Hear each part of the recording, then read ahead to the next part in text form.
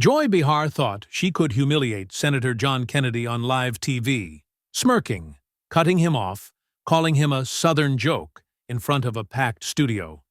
But instead of backing down, Kennedy leaned forward, dropped a calm, brutal response that flipped the entire room, exposed the setup behind the show, and sent the audience into shock. And within seconds, the segment stopped being an interview and turned into a national moment nobody on that stage could control. The View studio didn't feel like a talk show that morning. This wasn't going to be some soft interview with a couple of jokes and a plug.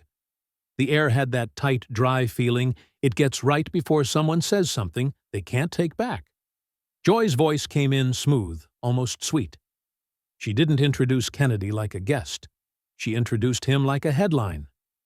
"A man who's never met a headline he didn't like," she said, letting the words hang just long enough to get a few laughs to bubble up. "Please welcome Senator John Kennedy." The applause returned, but it came out uneven, like a crowd clapping, while still deciding what they think. Joy didn't wait for the applause to fully die down. She leaned in slightly, one leg crossing over the other, eyes locked on Kennedy with that practiced TV calm that usually comes right before a jab. "You've built quite a brand for yourself," she said, tilting her head. "But a lot of people out there are wondering, are you actually like this? Or are you just playing a character for the cameras?" A few awkward laughs slipped out of the audience, the kind that come from people who don't know whether they're supposed to laugh or brace themselves. Kennedy didn't rush to answer. He smiled lightly, not wide, not fake, just enough to soften the room before tightening it again. "I didn't know being from Louisiana counted as a character," he said. This time the laughter was real, louder, sharper, and a little surprised. Even someone on the panel let out a quick chuckle before catching themselves. Joy's smile tightened. She leaned back in her chair, eyes narrowing just a touch, like she'd missed her first shot and didn't plan on missing the second. "Come on, Senator," she said, her voice cooler now. "You're not exactly known for policy depth. Most of what people see is punchlines, zingers, one-liners. Some folks don't see a serious lawmaker. They see a joke." The word hit the room harder than any laugh. Kennedy didn't react the way most people would. No raised voice, no defensive posture. He sat there, still, hands resting on the table, eyes steady. Then he spoke, softer than Joy, which somehow made it louder. "I'd rather be a joke who believes in something," he said, pausing just long enough to let it sink in, than a punchline that believes in nothing. The room froze. No laughter, no applause, just a sharp, uncomfortable silence that stretched a second too long. Joy let out a sharp little laugh, the kind that sounded friendly on the surface, but carried teeth underneath. She leaned back in her chair and waved a hand slightly, like she was brushing something off. "Wow. Feeling poetic today, Senator?" she said, drawing out the word with clear sarcasm. A few nervous laughs popped up in the audience, but they didn't last. The table went stiff. Sunny stopped flipping her cards. Sarah froze mid-movement, and Whoopi, usually quick to jump in, sat back and watched, silent and serious. Joy's eyes never left Kennedy. She wasn't joking anymore. She was testing him. She wanted him to stumble, to overreact, to look small on camera. Kennedy didn't give her that. He stayed still, shoulders relaxed, voice calm but firm. "I'm not here to perform for applause, Ms. Behar. I'm here to tell the truth," he said. "And if honesty sounds strange on this set, maybe that tells the audience more about this show than it does about me." A low wave of murmurs rolled through the crowd. Someone whispered, "Damn," under their breath. Behind the cameras, a red warning light flicked on. The stage manager made a subtle slicing motion across his throat. "Cut it. Move on." Joy saw the signal out of the corner of her eye. She ignored it. Instead, she leaned forward, elbows on the table, voice sharper now. "Let's drop the speeches. You've built your brand on cheap one-liners. You clown around in serious hearings. You mock people. You oversimplify real problems.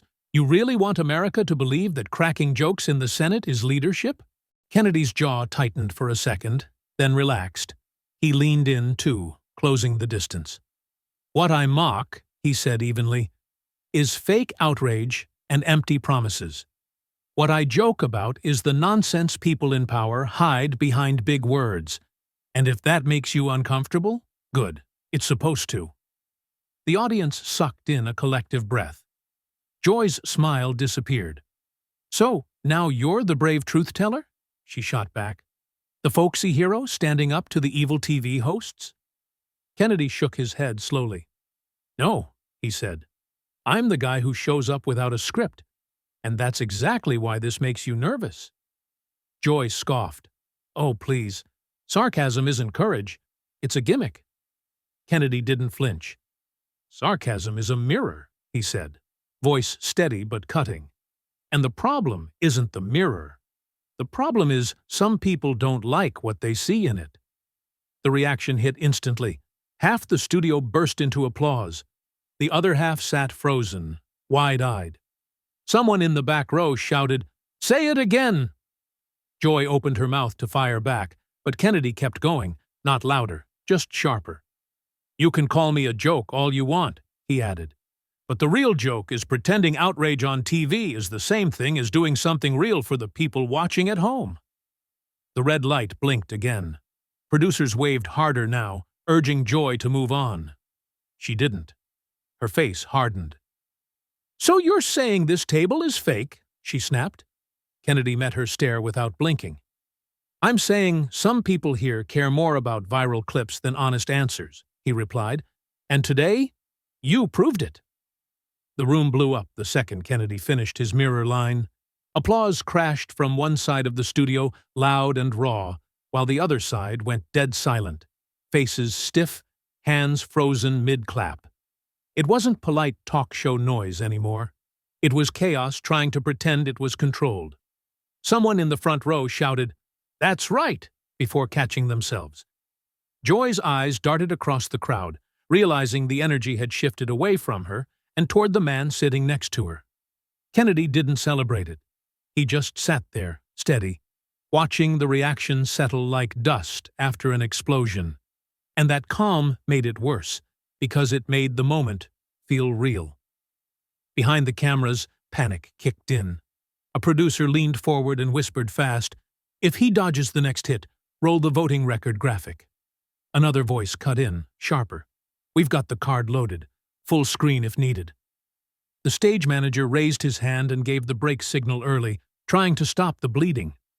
Joy opened her mouth to regain control, but the commercial music slammed in hard, slicing the moment in half. Lights shifted. Crew rushed the stage with water and powder, moving fast and silent like medics after a crash. Nobody joked. Nobody smiled.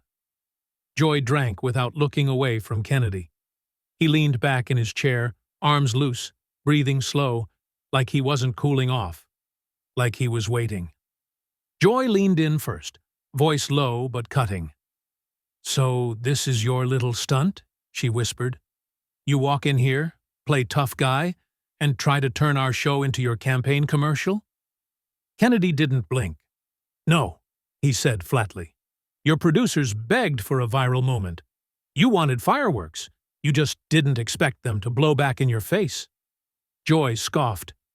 "You're good drama, not good leadership." Kennedy reached forward and tapped the stack of note cards between them, the ones marked with highlighted lines and bullet points. "This pile of paper right here," he said quietly, "isn't journalism. It's choreography. You cue the insult, you wait for the reaction, you clip the outrage. That's not a conversation. That's a setup." Joy bristled. "That's how television works," she snapped. Kennedy leaned closer, voice still calm, but sharper now. "No, that's how control works," he said. "Real conversation doesn't come with page numbers telling you when to attack. Real questions don't come preloaded with conclusions." He pushed the cards slightly away from the center of the table. "You didn't invite me here to talk," he added. "You invited me here to perform, and I'm not here to dance on cue." Joy opened her mouth to fire back, but the countdown clock started flashing in red. 5 seconds. 4. 3. Joy snapped upright, forcing the TV smile back onto her face like a mask sliding into place. Kennedy leaned back slowly, eyes forward, expression calm, almost cold. The cameras were about to go live again, but something had already broken. The polite rules were gone. The script was cracked open. The cameras snapped back on, and Joy's professional smile locked into place instantly, smooth and bright like nothing had just exploded seconds earlier. "We're back with Senator John Kennedy," she said, voice polished, controlled, broadcast perfect. "And clearly, you're not afraid to make waves." The audience responded with scattered applause, some hesitant, some loud, the room still split down the middle. Kennedy gave a small nod and answered without hesitation. "Better to make waves than drift," he said calmly. A few people clapped. Others stayed silent, watching closely now, like they were tracking a chess match instead of a talk show. Sarah leaned forward, trying to lower the temperature. "Senator, some people say your tone divides instead of unites. Do you worry about that?" Kennedy nodded slowly. "Of course I do," he said. "Any strong voice can cross a line. But silence has a way of hurting people quietly, and that worries me more." Joy didn't wait. She jumped in, sharper now, eyes locked on him. "So now you're the judge of truth?" she asked. "Truth is whatever gets applause in this country. That's how it works. You say something catchy, people clap, and suddenly you're a hero." Kennedy didn't flinch. "No, ma'am," he replied evenly. "Truth is what's still standing after the applause dies down." The words landed heavy. Behind the scenes, a producer leaned toward a monitor and whispered, "Pull the numbers." Another voice responded, "Stand by." On the screen in front of Joy, small data boxes flickered briefly before disappearing again. She noticed. Her eyes darted toward the monitor for half a second. The irony wasn't lost on her. If this turned into a numbers fight, Kennedy's point might get backed up by the same production system she usually controlled. Joy leaned closer, trying to steer it back to emotion instead of evidence. "You really think people at home want lectures and charts?" she asked. "They want clarity. They want answers." Kennedy nodded once. "Exactly," he said. "And answers don't come from applause meters. They come from facts people don't like to hear." The audience stirred again, louder this time, a mix of approval and discomfort. Sarah glanced toward the control room, sensing the tension rising. Joy's smile tightened, her jaw set. She realized pushing harder could trigger the very proof she didn't want on screen. And Kennedy could feel it too. He sat there calm, steady, refusing to chase cheers, refusing to play the crowd. Joy didn't waste another second. She leaned forward, voice hard, eyes sharp, ready to flip the narrative. "Let's talk about something real, then," she said. "You voted against a relief bill meant to help struggling families, parents who can't pay rent, people who can't buy groceries, and you stood in the way. Tell America what's so funny about that." The word funny hit like a slap. A few people in the audience gasped softly. Others crossed their arms. This wasn't about tone anymore. This was about pain, money, survival. Joy knew exactly what she was doing, and she pushed it harder. "You want to play tough guy on TV," she added, "but when real people need help, you vote no. That looks like cruelty, Senator." Kennedy didn't raise his voice. He didn't rush. He looked straight at Joy and answered slowly, forcing every word to land. "What's cruel," he said, "is calling something relief when most of the money never reaches the people you're talking about." He paused, then dropped the numbers. $700 billion in political favors and pet projects. $7 billion in direct help. That's not a safety net. That's a distraction. You could feel the ratio hit the room. People started doing the math in their heads. The audience shifted, murmuring. Joy shook her head immediately. "So struggling parents are pork to you now?" she snapped. Single moms, working families, seniors. That's just waste on a spreadsheet? Kennedy leaned forward, elbows near the table, eyes locked on hers. No, ma'am, he said firmly. They're hostages in a broken system that hides gifts for lobbyists behind crying children. The studio went quiet again, heavy and uncomfortable. Then Kennedy did something unexpected. He turned slightly toward the monitors and raised his hand. You've got the breakdown card ready, he said calmly. Put it up. Let people read it for themselves. A producer's voice crackled faintly through the control room speakers. There was hesitation, a pause too long to be accidental. Kennedy didn't look away. Don't protect me, he added. Don't protect her. Just show the numbers. The graphic flickered onto the screen beside the table. Simple. Clean. Big blocks of money stacked visually. One column towering high, another barely rising off the bottom. The audience reacted instantly. A ripple of shocked murmurs ran through the room. Someone whispered, "That's insane." Joy glanced at the screen, then back at Kennedy, clearly frustrated that the evidence was now part of the conversation. "You're oversimplifying," she said quickly. "That's not the full story." Kennedy nodded. "Of course it's not the full story," he replied, "but it's the part people never get to see, because it doesn't fit the emotional script." Whoopi shifted in her seat and muttered under her breath, just loud enough for the mic to catch.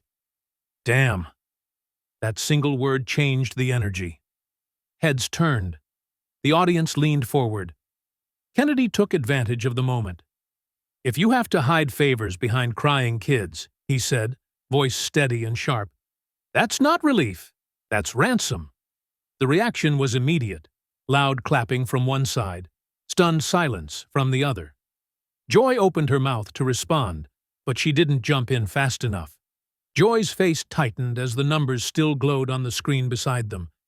Then she went for the throat. "Let's stop pretending," she said flatly. "You're not misunderstood. You're a Southern punchline with a platform."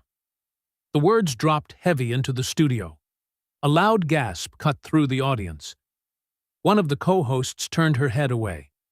Another stared down at the table like she didn't want to be seen. Even the crew behind the cameras froze. For a split second, the entire room felt like it had inhaled at the same time. Kennedy didn't explode. He didn't laugh it off. He sat up straighter in his chair, shoulders back, eyes steady, voice calm. "And yet," he said slowly, "here you are sitting across from me.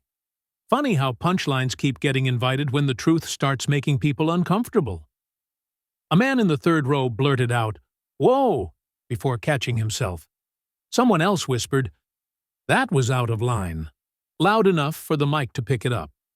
The tension didn't drop. It climbed.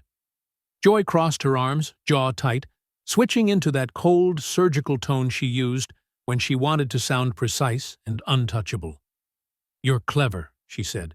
"You've got that down-home drawl, the folksy charm, the little zingers people eat up, and suddenly you're supposed to be the voice of truth?" Kennedy shook his head slowly. "I never asked to be the voice of truth," he replied. "I just refuse to be the echo of whatever's trending this week." He leaned forward slightly, eyes locked on Joy. "You keep trying to box me into a character because it's easier than dealing with what I'm actually saying." Joy scoffed.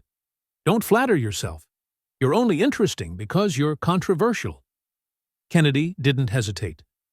"Then explain why your producers needed me to wake this room up," he shot back. "If I'm just a punchline, why do they keep calling my office when the ratings dip?" The audience reacted instantly.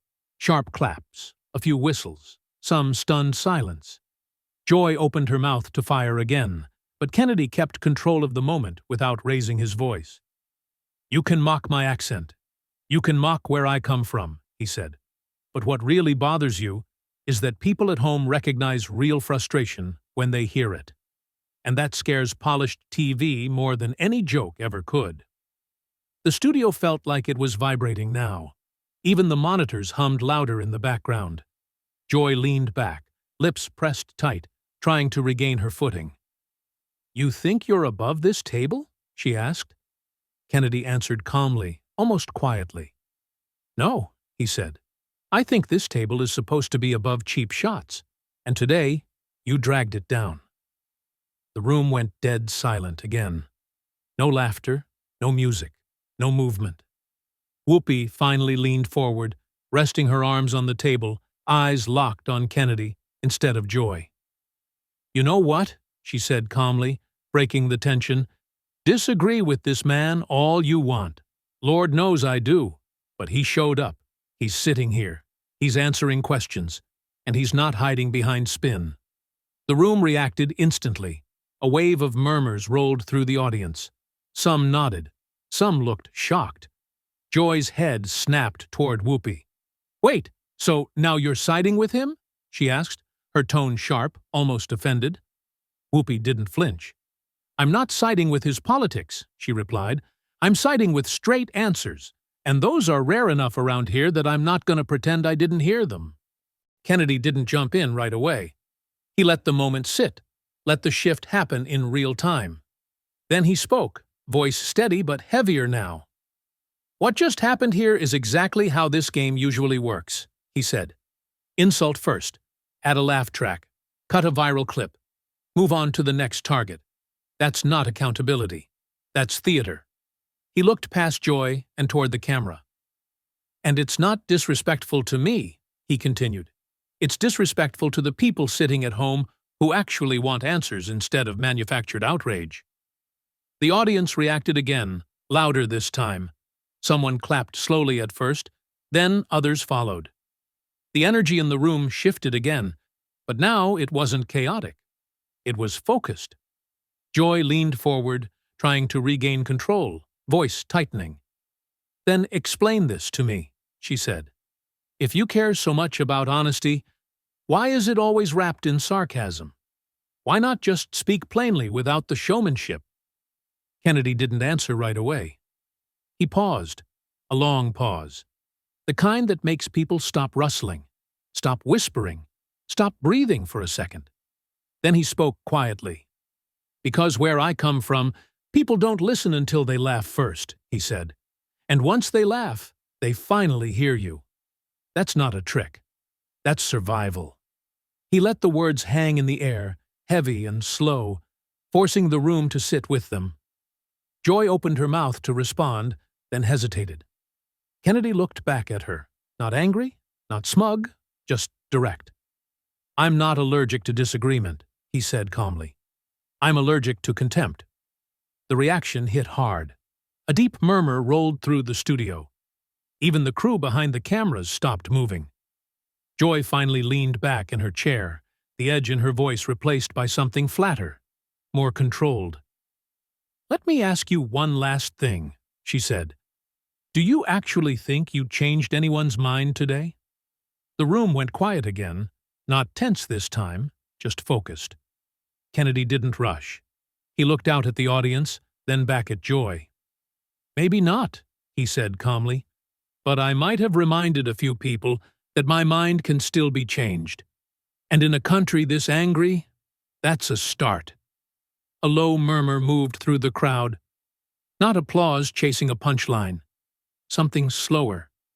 He turned slightly toward the camera and added, When this gets clipped, and I know it will, don't just clip the fight. Clip the part where we talked like human beings. Clip the part where disagreement didn't turn into hate. Let people see all of it. Joy didn't interrupt. For the first time all segment, she just nodded once. The applause that followed wasn't loud, it wasn't explosive, it was steady and honest.